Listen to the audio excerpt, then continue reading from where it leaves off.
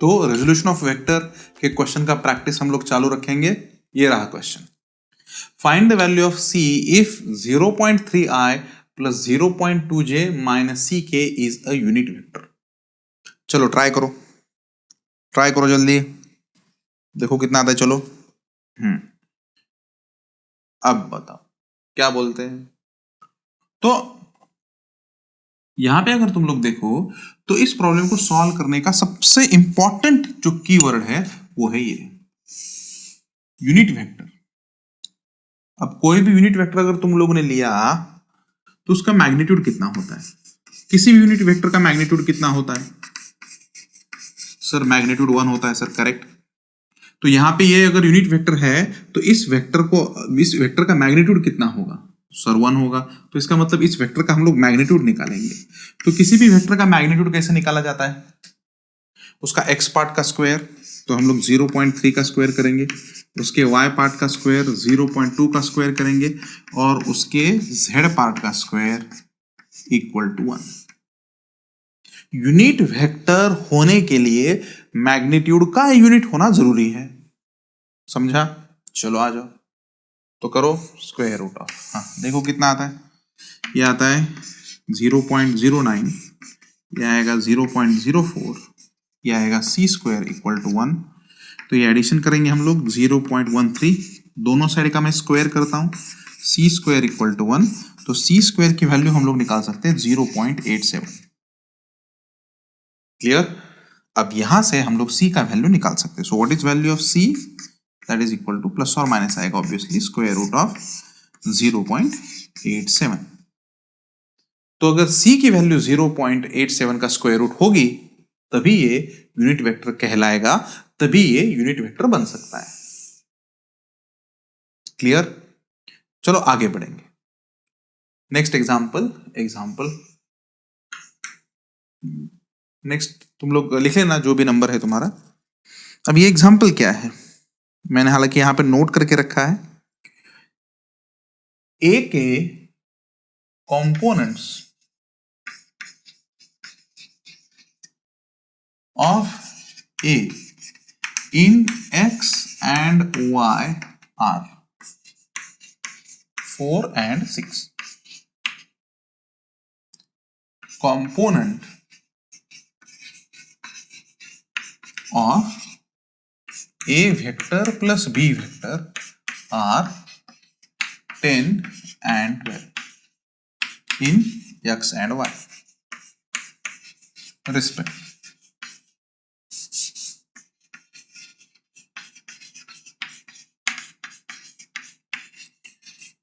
Find b. मस्त question, चलो solve करो। पॉज करके सॉल्व करो। चलो आ जाओ। हाँ क्या बोला है? अच्छा, components of A in X and Y are. तो ए वेक्टर को अगर मैं लिखूंगा तो x में उसका कंपोनेंट 4 है, y में उसका कंपोनेंट 6 है। चलो b एक वेक्टर मान लेते हैं हम लोग, जिसको हम लोग लिखेंगे bxi प्लस byj बराबर। अच्छा अब क्या बोला है? a प्लस b, ये भी एक वेक्टर है और इसके कंपोनेंट दिए हमें x और y डायरेक्शन में 10i plus 12j। Done everyone? तो अब यहां से हम लोग बी वेक्टर कैलकुलेट कर सकते हैं। तो बी वेक्टर को अगर कैलकुलेट करना है तो क्या होगा? 10i प्लस 12j में से ए वेक्टर को माइनस कर दो। सो 10i प्लस 12j माइनस ए 4i 6j। क्लियर? बढ़िया, माइनस करके देखो तुम्हारे पास बी वेक्टर मिल जाएगा। तो कितना आएगा? ये 6i और यहां पे ये सब्सट्रैक्ट कर सकते हो तो प्लस 6j। अब इस वेक्टर को दिखाओ ऐसा बोला तो हम लोग x और y में भी दिखा सकते, x और y, x एक्सिस में y एक्सिस में दोनों जगह पे 6, ये भी 6 है ये भी 6 है, तो हमारा ये वेक्टर आ गया। बहुत सारे बुक्स में एंगल भी फाइंड आउट करने को बोला गया है, तो एंगल भी फाइंड आउट कर सकते हैं। कंसिडर कर लो ये एक्स एक्सिस के साथ एंगल अल्फा, तो हम लोग लिखेंगे tan of alpha. So tan of alpha क्या होगा, opposite side divided by adjacent side, तो 6/6 दैट इज इक्वल टू 1। तो tan अल्फा की वैल्यू 1 किसके लिए है, तो अल्फा इक्वल टू 45 डिग्रीज के लिए। तो इस तरह से ये भी प्रॉब्लम हम लोग सॉल्व कर सकते हैं। क्लियर? चलो let us go for the next question.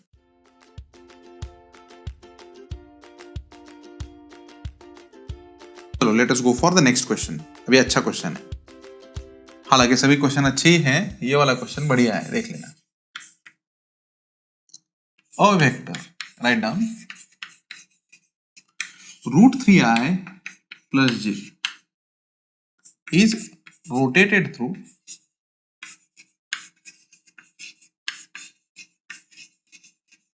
rotated through 30 degree in ACW direction.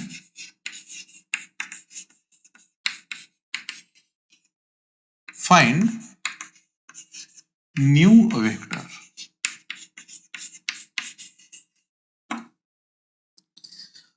Vector rotation का तुम्हारे लिए ये पहला क्वेश्चन है। अब वेक्टर रोटेट होने से क्या होता है, पहले वेक्टर क्या है ये कंसिडर करेंगे, ठीक है ना। तो हमारे पास देखो ये y एक्सिस है, ये x एक्सिस है, देख लो, और ये हमारे पास ये वेक्टर आ गया। देखो इसको क्या बोला है, √3i, यहां से यहां तक x एक्सिस में √3i, यहां से यहां तक ये y एक्सिस j, ये एंगल है अल्फा, ठीक है ना। So this is that angle. अच्छा, अब आगे इस वेक्टर को हम लोग ऐसे रोटेट करेंगे, तो इधर ऐसे, ठीक है। अब मुझे बताओ, किसी भी वेक्टर को जब हम लोग रोटेट करते हैं तब हम लोग उसकी लेंथ बढ़ाते हैं क्या? नहीं, हम लोग सिर्फ उसे रोटेट करते हैं। तो जब भी वेक्टर रोटेट होगा, रोटेशन क्या कॉज करता है, रोटेशन कॉज करता है चेंज इन डायरेक्शन बदल देता है। रोटेशन की वजह से मैग्नीट्यूड कांस्टेंट होगा, किसी भी वेक्टर का मैग्नीट्यूड कांस्टेंट होगा रोटेशन की वजह से, क्योंकि हम लोगों ने उस वेक्टर को सिर्फ रोटेट किया हुआ है, उसकी लेंथ हम लोगों ने चेंज नहीं करी, और इसकी वजह से डायरेक्शन चेंज होगा। तो इनिशियल वेक्टर क्या है, तो इनिशियल वेक्टर हमारे पास ए वेक्टर है सर, क्या है ये, √3i plus j। क्या इसकी डायरेक्शन हम लोग कैलकुलेट कर सकते हैं? हाँ, तो हम लोग लिखेंगे tan ऑफ अल्फा। कितना tan ऑफ अल्फा, यहां से यहां तक और यहां से यहां तक, तो opposite side divide by adjacent side, opposite side 1 है, adjacent side √3।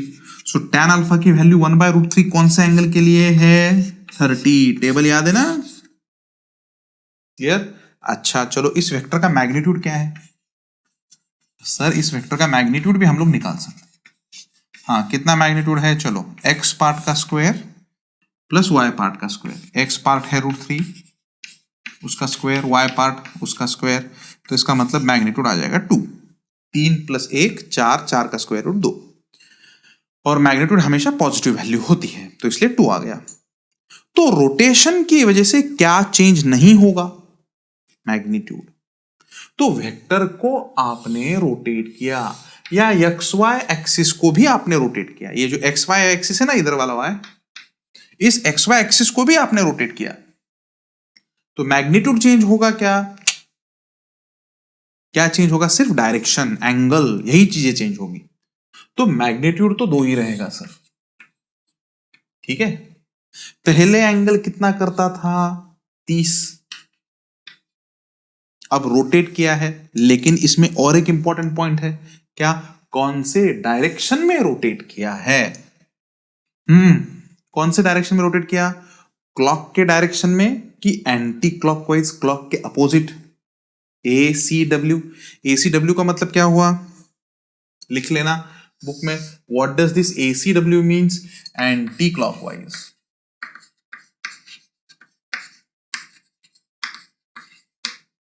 Anti clockwise rotate किया हुआ है। तो इसकी वजह से हम लोग ऐसा बोल सकते हैं कि ये अब जो नया एंगल होगा, ये एंगल होगा 60 डिग्रीज। पहले का 30 और अभी जो रोटेट किया वो 30। अगर क्लॉकवाइज होता तो पहले का 30 और अगर मैं क्लॉकवाइज रोटेट करता तो ये वेक्टर नीचे आता। एंटी क्लॉकवाइज रोटेट किया है इसलिए ये वेक्टर ऊपर चला गया। तो ऐसा, तो यहां से परपेंडिकुलर ड्रॉ कर सकते हैं। तो ये बन गया नया x कॉम्पोनेंट। अब मुझे बताओ x कॉम्पोनेंट मतलब यहां पे कौन सी साइड है? एडजेसेंट साइड की opposite side? Sir adjacent side, बढ़िया। तो एडजेसेंट साइड हम लोग क्या लिखेंगे? 2 cos 60। cos 60 की वैल्यू जानते हो ना, 1/2। तो x कॉम्पोनेंट आ गया 1। y component, sir y component यहां पे अपोजिट साइड दिख रही है एंगल के सामने, सो 2 sin 60। तो लिख सकते हैं 2 इंटू √3 डिवाइडेड बाय 2, कैंसल। तो वैल्यू इज √3। सो हमारा नया वेक्टर जो बनेगा, so our new vector you can find, बोलो। x कॉम्पोनेंट पहले लिखना है सर, तो I and y component plus √3j। Clear? Clear? लिख लो, स्क्रीन को पॉज करो और अच्छे से लिख लो।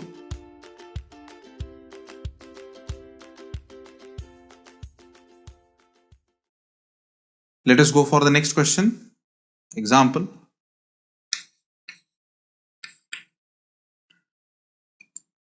Two vectors, write down, having same magnitude.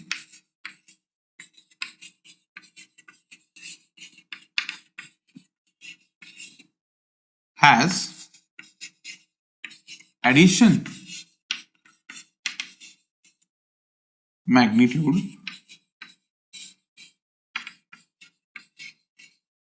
n times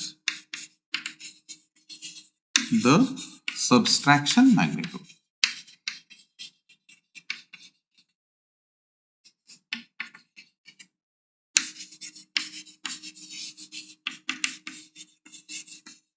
Find angle between vectors.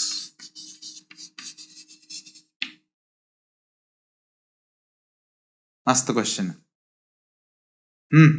चलो राइट डाउन, स्क्रीन पॉज करके लिखो, चलो सॉल्व करते हैं। अब सबसे इंपॉर्टेंट बात है कि ये क्वेश्चन रेजोल्यूशन ऑफ वेक्टर का नहीं है, तो ये पैरेललोग्राम का क्वेश्चन है और वो भी कॉन्सेप्ट में रिवाइज करना चाहता था। तो पैरेललोग्राम का क्वेश्चन है, ठीक है। इसमें सबसे इंपॉर्टेंट बात क्या है? देखो देखो देखो देखो, हैविंग सेम मैग्नीट्यूड। दो वेक्टर हैं और दोनों वेक्टर के मैग्नीट्यूड सेम है, और अगर मैग्नीट्यूड सेम है तो हमारे पास दो फॉर्मूले। सर मैग्नीट्यूड सेम है ना, तो अगर मुझे एडिशन करना है, क्या करना है? एडिशन। तो एडिशन के लिए हमारे पास फॉर्मूला है 2a cos of theta by 2। I hope you remember. और हमें अगर सब्सट्रैक्शन करना है तो सब्सट्रैक्शन के लिए फॉर्मूला था 2a sin theta by 2। लेकिन यहां पे ये कंपल्शन था कि दोनों वेक्टर जो हैं उनका मैग्नीट्यूड सेम हो, तो यहां पे तो दोनों वेक्टर का मैग्नीट्यूड सेम है। लेकिन और क्या बोला है यहां पे? यहां पे ऐसा बोला है addition magnitude is n times the subtraction. Addition का जो भी मैग्नीट्यूड है कितना है? 2a cos of theta by 2। ये n टाइम्स है सब्सट्रैक्शन के मैग्नीट्यूड से। क्लियर? तो ये चीज इसमें बढ़िया है। तो ये 2a कैंसिल हो जाएगा। अब तो 2a कैंसिल हो गया।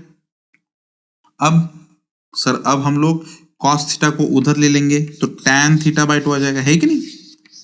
sin theta upon cos theta equal to ये n इधर आ जाएगा तो 1/n बराबर।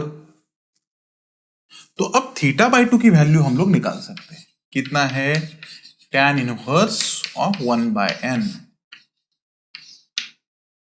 तो what is value of theta now? 2 tan inverse of 1/n। And theta मतलब क्या हुआ? Angle between the vectors. क्योंकि मैंने क्या बोला था, एडिशन में या सब्सट्रैक्शन में angle between the vector same ही है, सिर्फ एक जगह पे कॉस आ जाएगा एडिशन के लिए, एंड सब्सट्रैक्शन के लिए यस फॉर सब्सट्रैक्शन साइन ऐसा आ जाएगा। So this will be the angle between the vectors. Clear? चलो राइट इट डाउन, इसको कंप्लीट करें।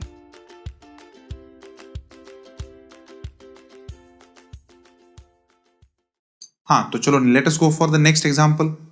क्या बोला है? एग्जांपल, ठीक है ना? A person, write down, walks 37 degrees north of east,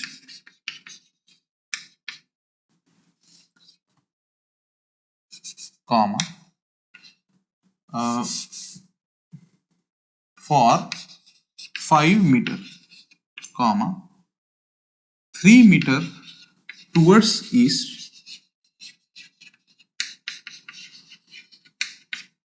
and 4 meter to north. Find, ठीक? चलो आ जाओ। अब ये नया क्वेश्चन, तो क्या क्या बोला इस क्वेश्चन में? ट्राई करोगे सॉल्व करने का? चलो पॉज करके ट्राई करो, पॉज करके ट्राई करो। चलो मैं सॉल्व करता हूं। हमारे पास डायरेक्शंस ऐसी है, north, east, west and south. तो मैंने पहले ही बताया था NEWS ऐसे रिप्रेजेंट करेंगे हम लोग, ठीक है? ठीक है, तो अब हम लोग ऐसा मानेंगे कि नॉर्थ के डायरेक्शन में हमारा y एक्सिस है और ईस्ट के डायरेक्शन में हमारा x एक्सिस है। मान लेना, मानने में क्या जाता है, मान ले। अच्छा, अब ये पर्सन कैसे चला है? 37 डिग्री नॉर्थ ऑफ ईस्ट, तो ईस्ट के नॉर्थ में मतलब यहां से ऐसा 37 डिग्री चला ये एंगल करके, तो यहां पे भी 37 डिग्री आएगा। 5 मीटर चला है, 37 डिग्री, बात खत्म। अच्छा आगे 3 मीटर टूवर्ड्स ईस्ट, सो ईस्ट के डायरेक्शन में 3 मीटर, तो भाई साहब ये ऐसे चलिए, ईस्ट के डायरेक्शन में 3 मीटर, बस बात खत्म। आगे 4 मीटर टू नॉर्थ, तो ये 4 मीटर नॉर्थ की तरफ गए हैं और यहां पे जाके रुक गए हैं, तो यहां से ऐसे आए, इधर आए और इधर आए। क्लियर? तो हमें इसकी डिस्प्लेसमेंट कैलकुलेट करनी, तो हम लोग सबको वेक्टर फॉर्म में लिखेंगे। इसको हम लोग बोलने वाले ए वेक्टर, इसको हम लोग इसको बोलने वाले बी वेक्टर, और लास्ट वाले को बोलने वाले सी वेक्टर। और हमें ये तो पता ही है कि इस डायरेक्शन में अगर x की डायरेक्शन में जाएंगे तो I है, और y की डायरेक्शन में जाएंगे तो j है। क्लियर? हाँ तो चलो आइए बी वेक्टर लिखेंगे पहले। सर बी वेक्टर तो सीधा ही है, 3 मीटर, x एक्सिस के डायरेक्शन में 3 आए, बात खत्म। सी वेक्टर लिखेंगे, चलो आ जाओ। सी वेक्टर सीधा ऊपर है सर, तो 4j, y के डायरेक्शन में गया है 4। मजा तो इस वेक्टर को लिखने में है, तो इसका ये कंपोनेंट निकालना पड़ेगा। तो बोलो ये 37 की कौन सी साइड है? एडजेसेंट की अपोजिट, एडजेसेंट, तो 5 cos 37, adjacent side cos 37, 5 cos 37 की वैल्यू 4/5, तो आंसर 4। सामने वाली साइड निकाल दो, सामने वाली साइड क्या होगी? हाँ तो 5 sin 37, sin 37, 5 sin 37 की वैल्यू 3/5, 5 कैंसल 3। इसका मतलब ए वेक्टर हम लोग लिख सकते हैं, ए वेक्टर एक्स एक्सिस में कितना है? 4 आए। जब भी कभी ऐसा एंगल के साथ दिया जाए ना वेक्टर को, तो एक्स और वाई एक्सिस में लिखना जरूरी है, क्योंकि उसकी वजह से एडिशन इजी हो जाता है। तो एक्स एक्सिस में 4 आए, वाई एक्सिस में 3j। क्लियर? मस्त सर। अब हमें क्या डिस्प्लेसमेंट निकालनी है? तो भाई साहब डिस्प्लेसमेंट कितनी होगी? A vector plus B vector plus C vector. A की वैल्यू रखो 4i प्लस 3j, बी की वैल्यू रखो 3i, सी की वैल्यू रखो 4j। तो डिस्प्लेसमेंट कितना आएगा 4 और 3 7i प्लस 7j। अच्छा क्वेश्चन, बढ़िया क्वेश्चन। और एंगल चाहिए तो एंगल भी निकाल सकते हो, क्योंकि तुम्हें x में कितना y में कितना पता है। क्लियर? क्लियर? एंगल निकाल के बताऊं? ठीक है, तुम्हारी इच्छा। अब क्या करें, x में 7 है, y में 7 है, लाइन ड्रॉ कर लो, एंगल अल्फा 2 मिनट में tan of alpha, opposite side divided by adjacent side, बात खत्म। 1 मतलब 45 आ गया अल्फा की वैल्यू। 2 मिनट में आंसर। समझा? Late us go for the next question.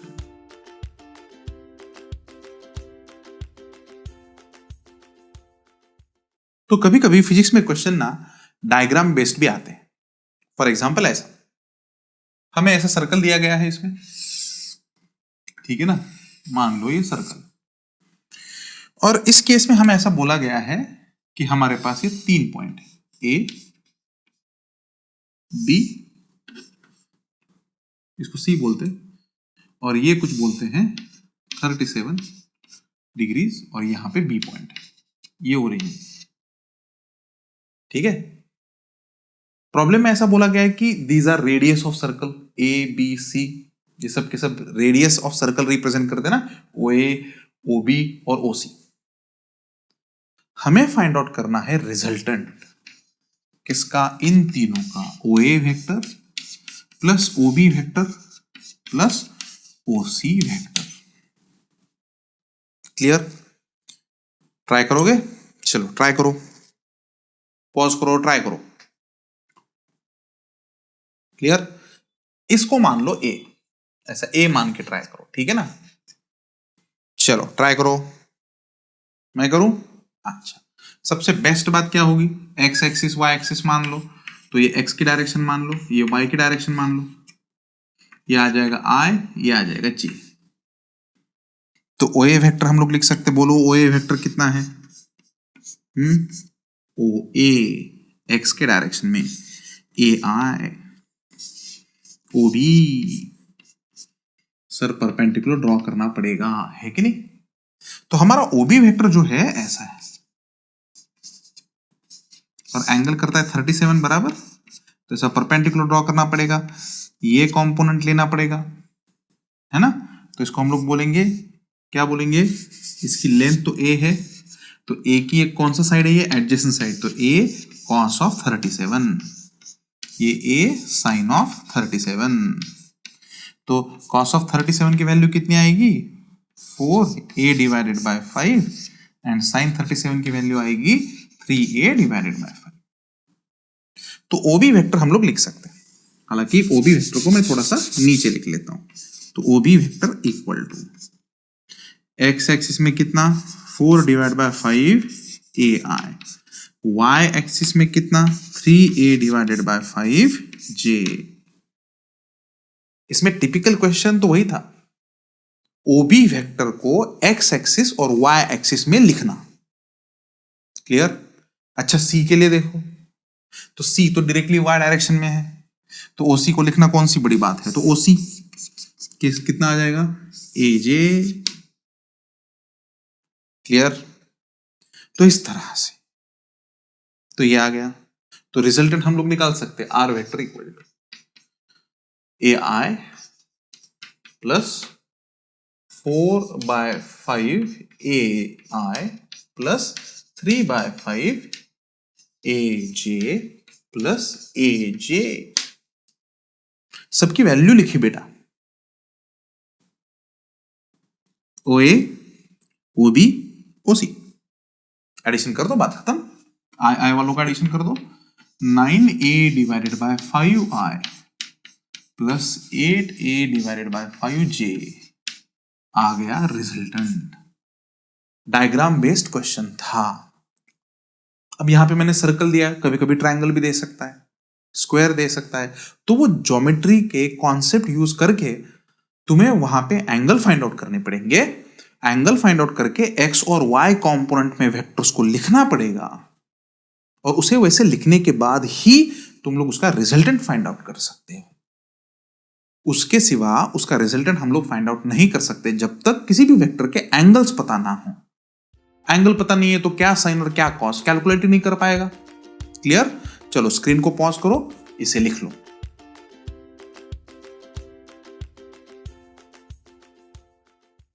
तो अब जो मैं ये क्वेश्चन लेने जा रहा हूं, इसको फिजिक्स में मल्टीपल वेज में सॉल्व कर सकते हैं। आज जो मैं बताऊंगा द मोस्ट डिफिकल्ट वे बताऊंगा उसको सॉल्व करने की, क्योंकि हमारे पास मल्टीप्लीकेशन ऑफ वेक्टर का नॉलेज नहीं है। अगर हमारे पास मल्टीप्लीकेशन ऑफ वेक्टर का नॉलेज होता तो ये प्रॉब्लम थोड़ा सा जल्दी सॉल्व होता, लेकिन फिर भी हम लोग तो प्रैक्टिस ही कर रहे हैं, तो उस प्रैक्टिस के हिसाब से अब हम लोग इस क्वेश्चन को सॉल्व करेंगे। ठीक, तो चलो आ जाओ एग्जाम्पल। ठीक, find angle between two vectors A I minus 2j plus k and B 2I plus j minus k। ठीक, इन दोनों के बीच में हमें एंगल फाइंड आउट करना है। ट्राई करोगे? कर लो।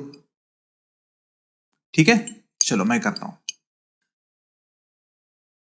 सबसे पहले हमें इन वेक्टर्स का रिजल्टेंट कैलकुलेट करना होता है। सर रिजल्टेंट मतलब कितना? ए वेक्टर प्लस बी वेक्टर। चलो कैलकुलेट तो करेंगे, दोनों का एडिशन करेंगे तो 3 आ जाएगा, ये माइनस जे आ जाएगा, प्लस 0 आ जाएगा, तो रिजल्टेंट आ गया भाई साहब। ठीक, बराबर है सर। तो ये वेक्टर होंगे कैसे? जहां कहीं भी ये वेक्टर्स होंगे, वेक्टर तो ऐसे ही होंगे। ये ए वेक्टर होगा जैसे कैसे भी होगा, ये बी वेक्टर होगा, और इनके बीच में एंगल थीटा होगा, और इनका रिजल्टेंट होगा आर। अरे तुमको समझ रहा है ना? दो ही वेक्टर से जैसे कैसे भी हैं, आई जे के फॉर्म में है, नॉर्मल मैग्नीट्यूड के फॉर्म में है, एंगल के फॉर्म में है, जैसे कैसे भी होंगे, रिजल्टेंट तो दो वेक्टर का पैरेललोग्राम से निकाल सकते हैं ना? हाँ सर। एंड वेक्टर के बीच में का एंगल हम लोगों ने कंसीडर किया है थीटा। अब सबसे पहले हम लोग सबके मैग्नीट्यूड कैलकुलेट करेंगे। तो ए का मैग्नीट्यूड हम लोग निकाल सकते हैं स्क्वायर रूट ऑफ, चलो आ जाओ, 1 का स्क्वायर प्लस -2 का स्क्वायर प्लस 1 का स्क्वायर, तो 4, और ये आ गया स्क्वायर रूट 6। बी का हम लोग निकाल सकते हैं, बी वेक्टर का मैग्नीट्यूड निकालना है, तो square root 2 square plus 1 square plus -1 का स्क्वायर, तो ये भी आ गया स्क्वायर रूट 6। रिजल्टेंट का भी मैग्नीट्यूड निकालेंगे। सर रिजल्टेंट का मैग्नीट्यूड कितना है बेटा? स्क्वायर रूट ऑफ, चलो इसका स्क्वायर, इसका स्क्वायर, 3 का स्क्वायर प्लस -1 का स्क्वायर, तो स्क्वायर रूट 10। डन। तो एडिशन एक और बार हम लोग चेक करते, a प्लस बी 2, ये 3, -2, ये -j, ठीक है ना, और ये 0। ठीक, तो अब हम लोगों ने दोनों चीजें फाइंड आउट करी। कौन कौन सी दोनों चीजें फाइंड आउट करी भाई साहब?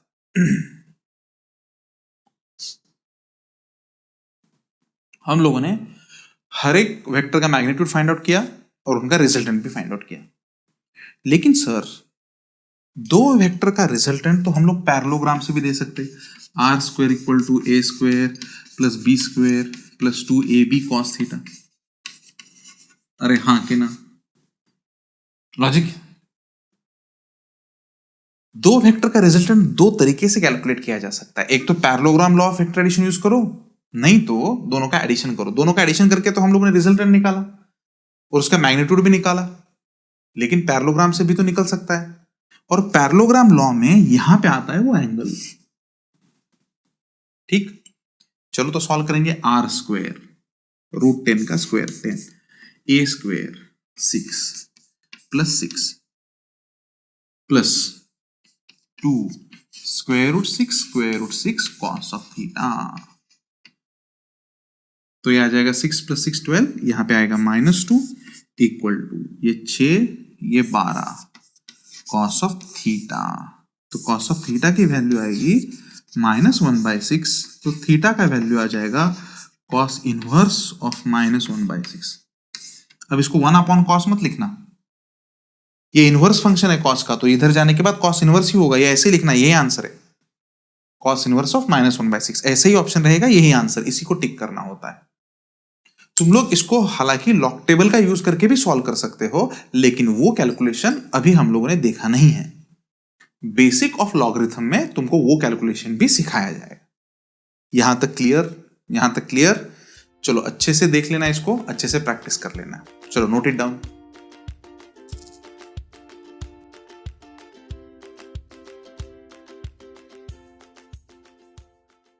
तो आज के लेक्चर में हम लोग वैरायटी ऑफ क्वेश्चंस देख चुके हैं।